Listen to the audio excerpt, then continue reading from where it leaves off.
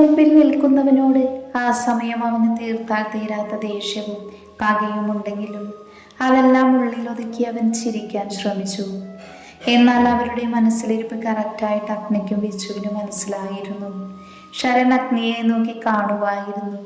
ഒത്ത ദൃഢമായ ശരീരവും കത്തുന്ന മിഴികളും മുഖത്തെ എടുപ്പ് കണ്ണുകളിലെ തീക്ഷ്ണതയും അവന്റെ മനോഭാവം തിരിച്ചറിഞ്ഞിരുന്നു. മുഖത്ത് വിരിഞ്ഞു നിൽക്കുന്ന ചിരിക്കു പിന്നിൽ ഒരുപാട് അർത്ഥങ്ങളുണ്ട് എന്ന് അവനൊരു നിമിഷം തോന്നിപ്പോയി. അഗ്നിയെ തന്നെ നോക്കി നിൽക്കുവായിരുന്നു ഭദ്രനും. ഒരു വല്ലാത്തൊരു സൗന്ദര്യവും കലിപ്പും എടുത്തു കാണിക്കുന്നുണ്ട് എന്ന് ഭദ്രനും മനസ്സിലായി. വിച്ചു ആണെങ്കിൽ ഇവൻ അഗ്നി അന്തം വിട്ട് നോക്കുന്നത് കണ്ട് അവനും കിളിപാറി നിൽക്കുവാണ്. ഇനി വന്ന വഴി തന്നെ അഗ്നിയെ ഇല്ലാതാക്കാനുള്ള പ്ലാനിങ്ങിലാണോ എന്നവർ എന്നുപോലും വിച്ചു ചിന്തിച്ചു. പെട്ടെന്നാണ് ശരൺ ഉമ്മറത്തേക്ക് കയറി വന്നത്. അഗ്നിക്ക് കൈ കൊടുത്തു. ഹായ് അഗ്നി, എന്നെയൊക്കെ മറന്നു, എന്തൊക്കെയാ വിശേഷം? അഗ്നിയുടെ കൈ പിടിച്ചു ശരൺ വിശേഷം ചോദിച്ചു. അവന്റെ പുറകെ തന്നെ ഭദ്രനും ഒരു ചിരിയോടെ നിൽക്കുന്നുണ്ട്. ഹായ്, നല്ല വിശേഷം, കയറൂ. അഗ്നി ചെറു പുഞ്ചിരിയോട് അവരെ അകത്തേക്ക് ക്ഷണിച്ചു. ശരൺ വീട് മൊത്തത്തിലൊന്ന് നോക്കി അവിടെയുള്ള സോഫയിലിരുന്നു. ഡാ അഗ്നി, ഇതെന്റെ ഫ്രണ്ടാണ് ഭദ്രൻ. അവിടെ ചെന്നപ്പോൾ എനിക്ക് കൂട്ടായി ഇവൻ മാത്രമേ ഉണ്ടായിരുന്നുള്ളൂ. അതിവിടെ കുറച്ചു കാലം നിൽക്കാനും അവനെയും ഞാനങ്ങ് കൂട്ടി. ശരൺ അഗ്നിയെയും വിച്ചുവിനെയും നോക്കിക്കൊണ്ട് പറഞ്ഞു. ഓ, അവിടെ നിങ്ങൾ രണ്ടുപേരും ഒരുമിച്ചാണല്ലേ? അതെന്തായാലും നന്നായി. വിച്ചു ശരണിനെ നോക്കിക്കൊണ്ട് ആക്കി പറഞ്ഞു. വിച്ചുവിന്റെ സംസാരം ശരണിനും ഭദ്രനും തീരെ ഇഷ്ടപ്പെട്ടിരുന്നില്ല എങ്കിലും അവരൊന്ന് പുഞ്ചിരിച്ചു. ആഹാ, നിങ്ങളെത്തിയോ? അപ്പോഴാണ് അങ്ങോട്ടേക്ക് ശാലിനി വന്ന് പറഞ്ഞത്. ആ, ഞങ്ങൾ കുറച്ച് സമയമായി വന്നിട്ട്, ശരൺ പുഞ്ചിരിയോടെ പറഞ്ഞു. എന്താ മോനെ, നിനക്ക് സുഖമല്ലേ? കുറേ ആയല്ലോ പോയിട്ട്. എനിക്ക് സുഖാണമ്മേ. പിന്നെ ഇതെൻ്റെ ഫ്രണ്ടാണ്. ആണോ? എന്ന മക്കളിരിക്കെ, അമ്മ വെള്ളം കൊണ്ടുവരാം. അത് പറഞ്ഞു ശാലിനി അടുക്കളയിലേക്ക് പോയി. ഡാഗ്നി, എവിടെ നിന്റെ പെണ്ണ്? ഞങ്ങൾ കണ്ടില്ലല്ലോ. ആ, അവൾ റൂമിലുണ്ടാവും. അഗ്നി വലിയ താല്പര്യമില്ലാതെ പറഞ്ഞു. ഇതേ സമയം മനു ആമിയുടെ റൂമിലായിരുന്നു. ആമിയാണെങ്കിൽ കണ്ണാടിക്ക് മുന്നിൽ തലകുനിച്ച് നിൽക്കുവാണ്. അല്ല, ഇതെന്താ സംഭവം? നായികക്ക് നാണമാണോ? പുറകിൽ നിന്ന് അനുവിന്റെ ശബ്ദം കേട്ടതും അവൾ തിരിഞ്ഞു നോക്കി. വാതിൽ പടിയിൽ കയ്യൊമ്മ കെട്ടി ഒരാക്കിയ ചിരിയോടെ നിൽപ്പാണ് കക്ഷി. എന്താണ് ചന്ദ്രികെ, മുഖത്ത് വല്ലാത്തൊരു നാണം? രമണൻ ഇത്രയ്ക്ക് റൊമാൻറ്റിക് ആണെന്ന് ആരും പറഞ്ഞില്ല, ഞങ്ങളാരും അറിഞ്ഞില്ല. അനു, ആമി ദയനീയതയോട് അവളെ വിളിച്ചു. എന്നാലും എൻ്റെ അഭിയേച്ചി എന്തൊക്കെയായിരുന്നു, അടിപിടി, ദേഷ്യം. അത് കഴിഞ്ഞ് ചെറിയ ചെറിയ സീനൊക്കെ കണ്ടെങ്കിലും ഞാൻ കരുതി ശ്രുതിയേച്ചിയും ഗീതമായെയും ഓടിക്കാൻ കാണിച്ചതാണെന്ന്. റിയലായിരുന്നല്ലേ? ഞാൻ അറിഞ്ഞില്ല. അനു, അത് ഇത് കാണാൻ അവരോടും വേണമായിരുന്നു. രാവിലെ തന്നെ ഉടുത്തൊരുങ്ങി രണ്ടുപേരും എങ്ങോട്ട് പോയി എന്ന് അമ്മ പറഞ്ഞു. ആരുടെ കൊട്ടേഷനാണാവോ? അവർക്ക് സീൻ മിസ്സായി. എനിക്കത് ഓർത്തിട്ടൊരു സങ്കടമുണ്ട്. അല്ല, അത് വിട്. എന്നിട്ടിപ്പോൾ കണ്ട സംഭവം എന്നാണ്? ഒന്ന് ഡീറ്റെയിൽ ആയി പറഞ്ഞേ. അനു, അത് മതി, നിന്ന് അരിമണി പൊറുക്കണ്ട. ഇവിടെ വന്നേ ചോദിക്കട്ടെ. അനു ആമിയെ വലിച്ച ബെഡിലേക്ക് ഇരുത്തി. പറയ്, ഇതൊക്കെ എപ്പോ? ഏത്? ആമി കാര്യം മനസ്സിലാവാതെ അനുവിനെ നോക്കി. ആ, എപ്പോഴാ നിങ്ങൾ തമ്മിൽ സ്നേഹത്തിലായത്? സ്റ്റോറി പറ, കേൾക്കട്ടെ. അങ്ങനെയൊന്നുമില്ല അനു. അങ്ങനെ ആവാണെന്ന് ഉമ്മ വെച്ച് കളിക്കാൻ വട്ടുണ്ടോ? സത്യം പറ, എപ്പോഴാ ഏട്ടന് ഇഷ്ടം പറഞ്ഞേ? സത്യമായിട്ടും അങ്ങനെയൊന്നും പറഞ്ഞില്ല അനു. അതെന്താ? അതെനിക്കറിയൂല. അയ്യേ, ഇതന്നെ ഇങ്ങനെ? അല്ല, ഉള്ളിൽ ഇഷ്ടമുണ്ടാകും, ചോദിക്കണ്ടായിരുന്നോ? ഞാൻ ചോദിച്ചതാ. എന്നിട്ട് എന്ത് പറഞ്ഞു? അനു ആകാംക്ഷ നോത്തിപ്പോൾ അമ്മയുടെ മടിയിൽ കയറിയിരിക്കുമെന്ന അവസ്ഥയിലാണ്. അവളുടെ ഇഷ്ടമാണോ എന്ന ചോദ്യത്തിന് തലേന്ന് രാത്രി അവൻ നൽകിയ മറുപടി ഓർത്തപ്പോൾ അവളുടെ കവിളുകളിലേക്ക് രക്തം ഇരച്ചു കയറി. ചുണ്ടിൽ നാണത്തിൽ കുതിർന്നൊരു ചിരി വിരിഞ്ഞു. അവൻ്റെ ചുംബനത്തിൻ്റെ ചൂട് ആ സമയം അവളുടെ ശരീരത്തിൽ തങ്ങി നിൽക്കുന്നത് പോലെ തോന്നി. അവൻ്റെ ആ കണ്ണിലെ നോട്ടം വരെ അവൾക്ക് ഓർമ്മ വന്നു, അതിൻ്റെ തീക്ഷ്ണതയും. ആമിയുടെ മുഖത്തെ മാറ്റം കൃത്യമായി അനു കണ്ടിരുന്നു. എന്താണ് പിന്നെ നാണമൊക്കെ? എന്താ പറഞ്ഞേ? പ്ലീസ് വേഗം പറ ചേച്ചി. അതൊന്നുമില്ല, ഒന്നും പറഞ്ഞിട്ടില്ല. അങ്ങനെ പറഞ്ഞേ എങ്ങനെയാ? എന്തോ ഉണ്ട്. അനു, അഭിമോളെ വേഗം താഴേക്ക് വന്നേ. പെട്ടെന്നാണ് അവൾ ശാലിനിയുടെ ശബ്ദം കേൾക്കുന്നത്. ഓ, ദാ വരുന്നു അമ്മേ. അനു കിടന്നലറി. അമ്മയ്ക്ക് അല്ലേലും തീരെ ടൈമിംഗ് ഇല്ല. ചേച്ചി വാ, ബാക്കി കഥ പിന്നെ പറയാം. മുൻപേ മുറ്റത്തെ വണ്ടി വന്ന് നിൽക്കുന്ന സൗണ്ട് കേട്ടിരുന്നു അവർ. ഇനി ഗസ്റ്റ് വല്ലോ ആണോ? എന്നാൽ ഇന്ന് സ്പെഷ്യൽ ഫുഡ് കാണും. വാ ചേച്ചി. അനു ആമിയുടെ കൈ പിടിച്ചു വലിച്ച് താഴേക്ക് ഓടിയിരുന്നു. പോകുന്ന പോക്കിൽ ആമിയുടെ മുടി ചുരുളഴിഞ്ഞ് വിടർന്നു നിന്നിരുന്നു. ആ നിമിഷം ആമി അത് ശ്രദ്ധിച്ചിരുന്നില്ല. തൽക്കാലത്തേക്ക് അവളുടെ കയ്യിൽ നിന്ന് രക്ഷപ്പെട്ട ആശ്വാസമായിരുന്നു ആമിക്കപ്പോ. അഭിമോളെ, ഇതാരാ വന്നിരിക്കുന്നതെന്ന് നോക്കിക്കേ. അഗ്നിയുടെ കൂട്ടുകാരനാണ്. ശാലിനിയുടെ ശബ്ദം കേട്ട് ഹാളിലെത്തി ആമി തല ഉയർത്തി നോക്കിയപ്പോൾ കാണുന്നത് സോഫയിലിരുന്ന് ചായ കുടിക്കുന്ന ശരണിനെയാണ്. അവളുടെ നോട്ടം കണ്ട് ആകെ ഒരു അസ്വസ്ഥത വന്നു. തന്നെ മൂടുന്നത് അവൾ അറിഞ്ഞിരുന്നു. അവന്റെ നോട്ടം അവൾക്ക് അരോചകമായി തോന്നി. അവന്റെ തൊട്ടടുത്തിരിക്കുന്ന ഭദ്രന്റെ നോട്ടവും അവളിലായിരുന്നു. ആമി പെട്ടെന്ന് അവർക്ക് രണ്ടുപേർക്കും എതിർവശത്തായിരിക്കുന്ന അഗ്നിയിലേക്ക് അവളുടെ കണ്ണുകൾ പാഞ്ഞു. എവിടെ നിന്നോ ഒരു ധൈര്യം വന്ന് മൂടുന്നത് അവൾ അറിഞ്ഞു ആ നിമിഷം. നിങ്ങൾ സംസാരിച്ചിരിക്കുക, ഞാനിപ്പോ വരാം. മോനെ, കഴിക്കാതെ പോവരുത് കേട്ടോ. ശാലിനിയുടെ വാക്കിന് തലയാട്ടി കൊടുക്കുമ്പോഴും ശരണിന്റെ കണ്ണുകൾ ആമയിലൂടെ അലഞ്ഞു നടക്കുമായിരുന്നു. കരിമഷി പടർന്ന കണ്ണുകളും ചോര പൊടിയാൻ വെമ്പി നിന്ന അതരങ്ങളും. അതും കടന്ന് അവന്റെ കണ്ണുകൾ അരമറഞ്ഞഴിഞ്ഞു വീണു കിടക്കുന്ന അവളുടെ നീളം മുടിയിലേക്ക് പാഞ്ഞു. ഇത് കണ്ട വിച്ചുവിന്റെ കണ്ണുകളിൽ ദേഷ്യവും അവനോടുള്ള സഹതാപവും നിറഞ്ഞു. കാരണം തൊട്ടടുത്തിരുന്ന് അഗ്നി പല്ല് കടിച്ച് പൊട്ടിക്കുന്ന സൗണ്ട് കുട്ടിക്ക് വ്യക്തമായി കേൾക്കാമായിരുന്നു. അവനൊന്ന് തലചരിച്ച് അഗ്നിയെ നോക്കി. ശരണിൽ കണ്ണുകൾ പതിപ്പിച്ചു വെച്ചിരിക്കുവാണവൻ.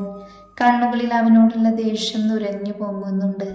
മുഷ്ടി ചുരുട്ടി ദേഷ്യം അടക്കി പിടിച്ചിരിക്കുവാണ്. ശരൺ! പെട്ടെന്നായിരുന്നു അഗ്നിയുടെ അലർച്ച. എല്ലാവരും ഒന്ന് ഞെട്ടി.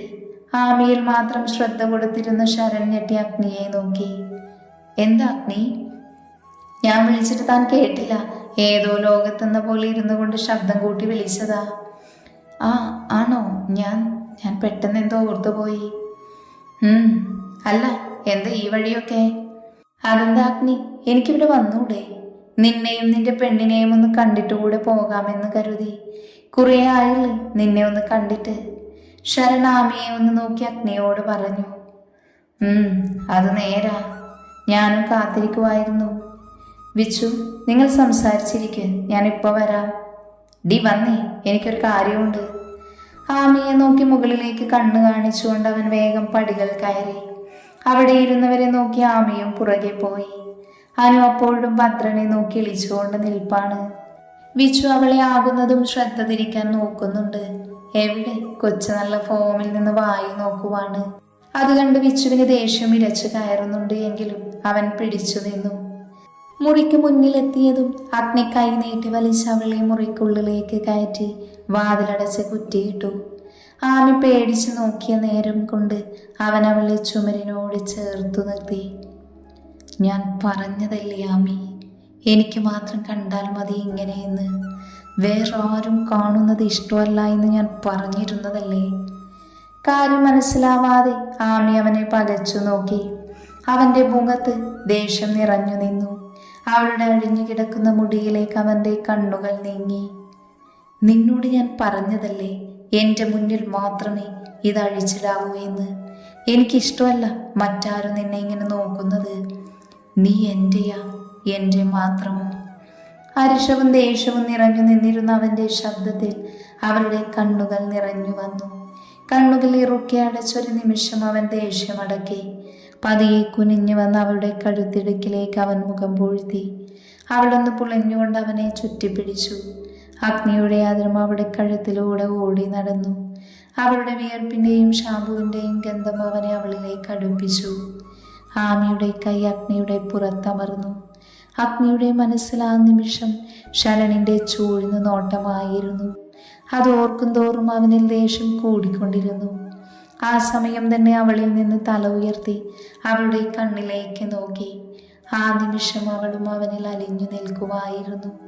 പെട്ടെന്ന് തന്നെ അഗ്നി അവളെ ആഞ്ഞു പുണർന്നിരുന്നു. കുറച്ച് നിമിഷങ്ങൾ അവർ പരസ്പരം പുണർന്നു തന്നെ നിന്നു. അവളൊന്നും ചോദിച്ചില്ല, അവനൊന്നും പറഞ്ഞതുമില്ല. വേഗത്തിലായിരുന്ന അവൻ്റെ ശ്വാസനിശ്വാസങ്ങൾ ക്രമത്തിലാകുന്നത് അവൾ അറിഞ്ഞിരുന്നു. ഒന്നുകൂടെ അവനെ തന്നിലേക്ക് ചേർത്ത് പിടിച്ചു ആമി. അവനും അറിയുകയായിരുന്നു ചെറുതായി വേഗത കൈവരിച്ച അവളുടെ ഹൃദയമിടിപ്പിന്റെ താളത്തെ. അല്പം വിയർപ്പും പൊടിഞ്ഞ കഴുത്തിലേക്ക് ഒന്നുകൂടെ മുഖമർത്തി ആഞ്ഞു ശ്വാസമെടുത്തു. തുളസിയുടെയും കാച്ചെണ്ണയുടെയും ഗന്ധം നിറഞ്ഞു നിന്ന് മുടിയിലൂടെ അവൻ വിരലോടിച്ചു. അവളുടെ വിയർപ്പിന്റെ ശരീരത്തിന്റെയും സുഗന്ധം അവന്റെ ഉള്ളിലെ ദേഷ്യത്തെ അപ്പാടെ ശമിപ്പിച്ചു കളഞ്ഞു. പതിയെ അവന് കണ്ണുകൾ തുറന്ന് അവളിൽ നിന്ന് അടർന്നു മാറി. കണ്ണുകൾ അടച്ച് ഇപ്പോഴും അവനോട് ചേർന്ന് നിൽക്കുകയായിരുന്നു അവൾ. അവനൊന്ന് കുനിഞ്ഞു വന്ന് അവളുടെ നെറ്റിയിൽ നെറ്റിമുട്ടിച്ചു നിന്നു. പതിയെ മൂക്ക് തമ്മിൽ കൂട്ടിയുരസി.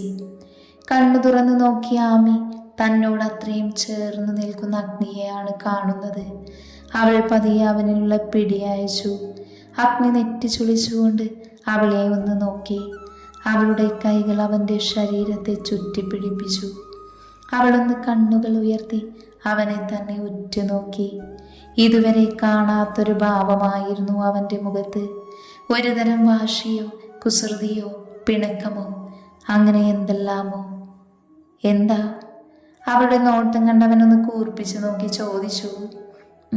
ഒന്നുമില്ല, അവൾ കണ്ണടച്ച് തോള് പൊക്കി പറഞ്ഞു. എന്നാ എനിക്കുണ്ട്. എന്ത്? ഞാൻ പറഞ്ഞതല്ലേ. അവൻ്റെ ചുണ്ടുകൾ വീണ്ടും കോർത്തു. എന്ത് പറഞ്ഞു? മുഖം ഒന്നുകൂടി വീർത്ത് ബലൂൺ പോലെയായി. നിന്നോട് എത്ര തവണ പറഞ്ഞതാ ഇതിങ്ങനെ അഴിച്ചു പടർത്തി വിടരുതെന്ന്. അതെങ്ങനെ അനുസരണം വേണ്ടേ? അവൻ അരിശം കയറാൻ തുടങ്ങിയിരുന്നു. അത് പിന്നെ അനു എന്നെ വലിച്ചുകൊണ്ട് പോയപ്പോൾ അഴിഞ്ഞു വീണതായിരിക്കും. ആ സമയം ഞാനത് ശ്രദ്ധിച്ചില്ല. എന്ന് പറഞ്ഞാൽ എങ്ങനെ? എന്നിട്ട് ഇങ്ങനെയാണോ അവരുടെ മുന്നിൽ നിൽക്കുന്നേ?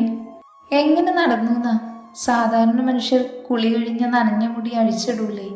ഇത് കഷ്ടമാണല്ലോ. ആമയും വിട്ടുകൊടുത്തില്ല. ആഹാ, എന്നോട് തർക്കുത്തരം പറയുന്നു. അതും പറഞ്ഞ് അഗ്നി ആമയുടെ ഇടുപ്പിലൊന്ന് അമർത്തിപ്പിച്ച് എന്നിട്ട് അവളെ വലിച്ചടിപ്പിച്ചു.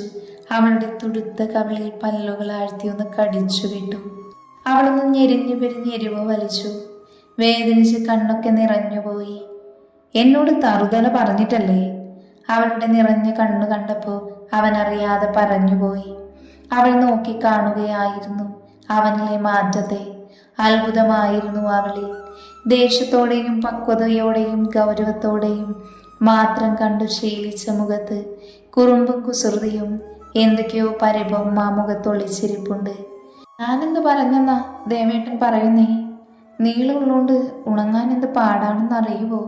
വേണേൽ വെട്ടിക്കളയാം, അപ്പൊ പ്രശ്നം തീരുമല്ലോ. കൊല്ലും ഞാൻ മുടിയിൽ തൊട്ടാൽ. പെട്ടെന്നായിരുന്നു അവൻ്റെ മറുപടി. പിന്നെ ഇടക്ക് പറയാറുണ്ടല്ലോ ഭദ്രകാളി പോലെയാണ് മുടിയെന്ന്, അതുകൊണ്ട് മൊട്ടയടിപ്പിക്കണമെന്നൊക്കെ. എന്ന് പറഞ്ഞ് ഞാൻ എനിക്ക് തോന്നുന്നത് പറയും. അത് കരുതി നീ അതുപോലെ ചെയ്യുമോ? എന്ന് വെച്ച് പൊന്നുമോള് മുടിയിൽ തൊട്ടാൽ കൈ ഞാൻ തല്ലി ഓടിക്കും. എനിക്ക് ഇങ്ങനെയാ ഇഷ്ടം. എങ്ങനെ? അവനിലെ ഉത്തരങ്ങളെ ആസ്വദിച്ച് അവൾ പിന്നെയും ചോദിച്ചുകൊണ്ടേയിരുന്നു. ഇങ്ങനെ നീണ്ട മുടി.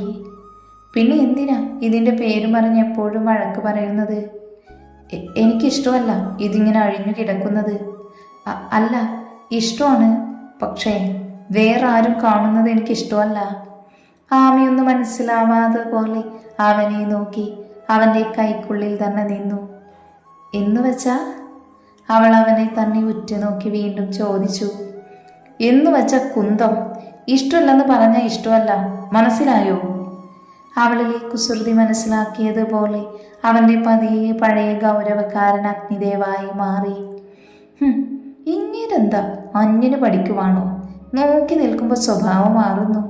ഇതുവരെ എന്തൊരു ഒലിപ്പിക്കലായിരുന്നു. അപ്പോഴേക്കും വീണ്ടും കലിപ്പ്. എന്തേലും പറഞ്ഞോ നീ? അവന്റെ ശബ്ദം കേട്ടപ്പോഴാണ് പറഞ്ഞതിന് ശബ്ദം അല്പം കൂടിയെന്ന് അവൾക്ക് മനസ്സിലായത്. ഇല്ല, താഴെ പോവാം, ഇവിടെ വന്ന് പണി കഴിഞ്ഞു, അവൻ അലസമായി പറഞ്ഞു. അല്ല, എന്തിനു പിന്നെ ഇങ്ങോട്ട് എന്നെയും വിളിച്ചുകൊണ്ട് വന്നത്? ഒന്നുമില്ല, ചുമ്മാ നിന്നെ ഒന്ന് ചുംബിക്കണമെന്ന് തോന്നി, അതിന് തന്നെ വന്നതാ. എന്ന് ഞാൻ പോവാം, എനിക്ക് താഴെ പണിയുണ്ട്. വേഗത്തിൽ താഴേക്ക് ഇറങ്ങാൻ തുടങ്ങിയതും ബലമായി അവളുടെ കൈ പിടിച്ചു വലിച്ച് ആ കണ്ണാടിക്ക് മുന്നിൽ കൊണ്ടു നിർത്തി. ഇത് ഒതുക്കി വെച്ചിട്ട് എങ്ങോട്ടാണെന്ന് വെച്ച പോയാ മതി, അല്ലെങ്കിൽ എൻ്റെ പൊന്നുമോള് വിവരം അറിയും. ഇപ്പൊ നിർത്തിവെച്ച ചുംബനം ഞാനങ്ങ് പൂർത്തിയാക്കും. അത് ചുംബനം മാത്രമായിരിക്കില്ല എന്ന് മാത്രം. പതിയെ ആമി നീണ്ടുകിടന്ന മുടിയെടുത്ത് മുന്നോട്ടിട്ട് കോതി ഒതുക്കാൻ തുടങ്ങി. എൻ്റെ ഫ്രണ്ടാണ് അവൻ, കുറച്ചു കാലം എൻ്റെ കൂടെ ഓഫീസിൽ വർക്ക് ചെയ്തിരുന്നു. പക്ഷെ എന്നിട്ടും അവൻ നിന്നെ കാണാനാണല്ലോ ആർത്തി, അതെന്തുകൊണ്ടാ? പറയുന്നതിനോടൊപ്പം അവൻ പതിയെ അവളെ ഏറുകണ്ണിട്ടൊന്ന് നോക്കി. നീണ്ട മുടിയിലൂടെ ചലിച്ചുകൊണ്ടിരിക്കുന്ന അവളുടെ കൈവിരലുകൾ ഒന്ന് നിന്നു. പതിയെ തലചരിച്ച് അവനെ ഒന്ന് നോക്കി അവൾ. എന്തേ? ഒന്നുമില്ല. അവൾ വേഗം വിഴികൾ താഴ്ത്തി. എന്തോ അവനത് ഇഷ്ടമായില്ല.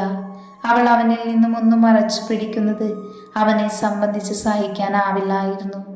അതുകൊണ്ട് തന്നെ അവളുടെ ആ പ്രവൃത്തി അവനെ ഒന്ന് ചൂട് പിടിപ്പിച്ചു.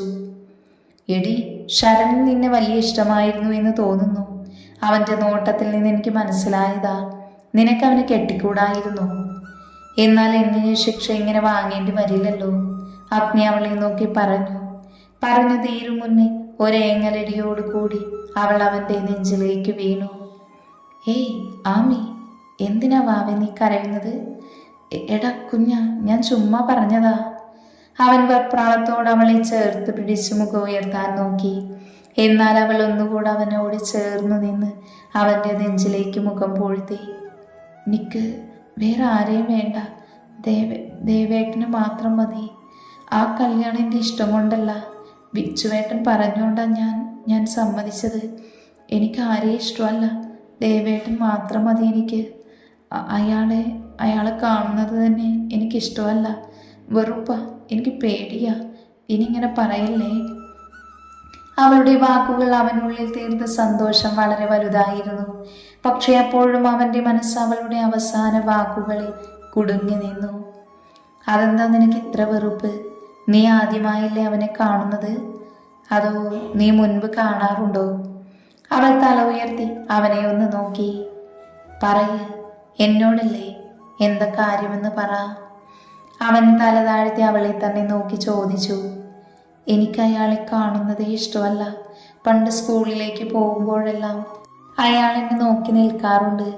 ആ നോട്ടം കാണുമ്പോൾ തന്നെ എൻ്റെ ശരീരത്തിൽ പുഴുവരിക്കുന്നത് പോലെ തോന്നാറുണ്ട്. അങ്ങനെയുള്ള രീതിയിലാണ് അയാൾ നോക്കാറുള്ളത്. അന്നു മുതലേ അയാളെ കാണുന്നത് വെറുപ്പും പേടിയുമാണ്. അവൾ വിറയ്ക്കുന്നത് പോലെ തോന്നിയതും അവൻ ഒന്നുകൂടെ തന്നിലേക്ക് ചേർത്ത് പൊതിഞ്ഞു പിടിച്ചു അവളെ. എനിക്ക് അയാളെ ഇഷ്ടമല്ല. പിന്നെയും വരുമ്പോൾ എന്നെ നോക്കുന്ന കാണുമ്പോൾ പേടിയാകും. എൻ്റെ അടുത്തേക്ക് വരുമ്പോൾ ഞാൻ മാറിപ്പോകും. പറഞ്ഞു തീർന്നതും അവളുടെ കണ്ണുകൾ നിറഞ്ഞൊഴുകിയിരുന്നു. അഗ്നിയുടെ കണ്ണുകളിൽ പകയും ദേഷ്യവും ആളിക്കത്തി. അവളിൽ നിന്നും നേരിയ ഏങ്ങലടികൾ ഉയർന്നതും അവൻ അവളുടെ തലയിൽ തലോടി നെറുകയിൽ ചുംബിച്ചു. ഒന്നുമില്ലടാ, ഞാനല്ലേ നിന്റെ കൂടെ. ഇനി നിന്നെ അവൻ്റെ നോട്ടം പോലും പേടിപ്പിക്കാൻ പാടില്ല. ഇങ്ങ് നോക്കിയേ, ഞാൻ കൂടെയുള്ളപ്പോൾ ഒരുത്തനെയും പേടിക്കരുത്, മനസ്സിലായോ? മനസ്സിലായെന്ന പോലെ അവൾ തലയാട്ടി. അല്ല, അപ്പം ശരിക്കും നിനക്ക് കല്യാണത്തിന് സമ്മതമല്ലായിരുന്നു? അല്ല, ഒത്തിരി പറഞ്ഞതാ വേണ്ട എന്ന്. പക്ഷേ ജാതകം കാരണം അച്ഛൻ വാശി പിടിച്ചു. ലാസ്റ്റ് ഏട്ടനാ പറഞ്ഞ് പേടിക്കേണ്ട, മുടക്കിക്കൊള്ളാം, കൂടെ ഉണ്ടാകുമെന്ന്. അതുകൊണ്ടാണ് ഒരുങ്ങി വന്നേ. പക്ഷെ ലാസ്റ്റ് എല്ലാം കയ്യിന്ന് പോയി. ഏയ്, അവൻ എൻ്റെ കൂടെ എല്ലാം മുടക്കാനുണ്ടായിരുന്നു. അറിയാതെ അഗ്നി പറഞ്ഞുപോയി.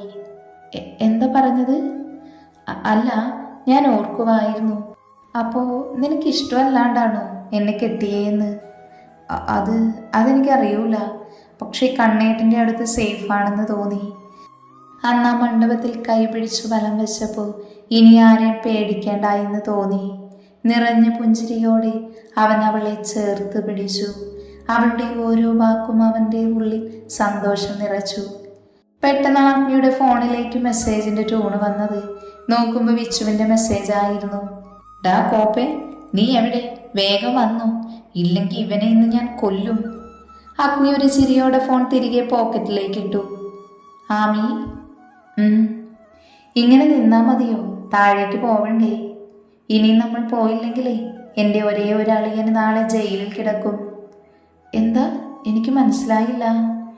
ഒന്നുമില്ല പെണ്ണേ, നീ വാ, നമുക്കിപ്പോൾ താഴേക്ക് പോകുന്നതാവും ഏറ്റവും നല്ലത്. അഗ്നി ഒരു ചിരിയോടെ പറഞ്ഞ് ആമിയെ പിടിച്ച് വാതിൽ തുറന്ന് പുറത്തേക്ക് പോയി.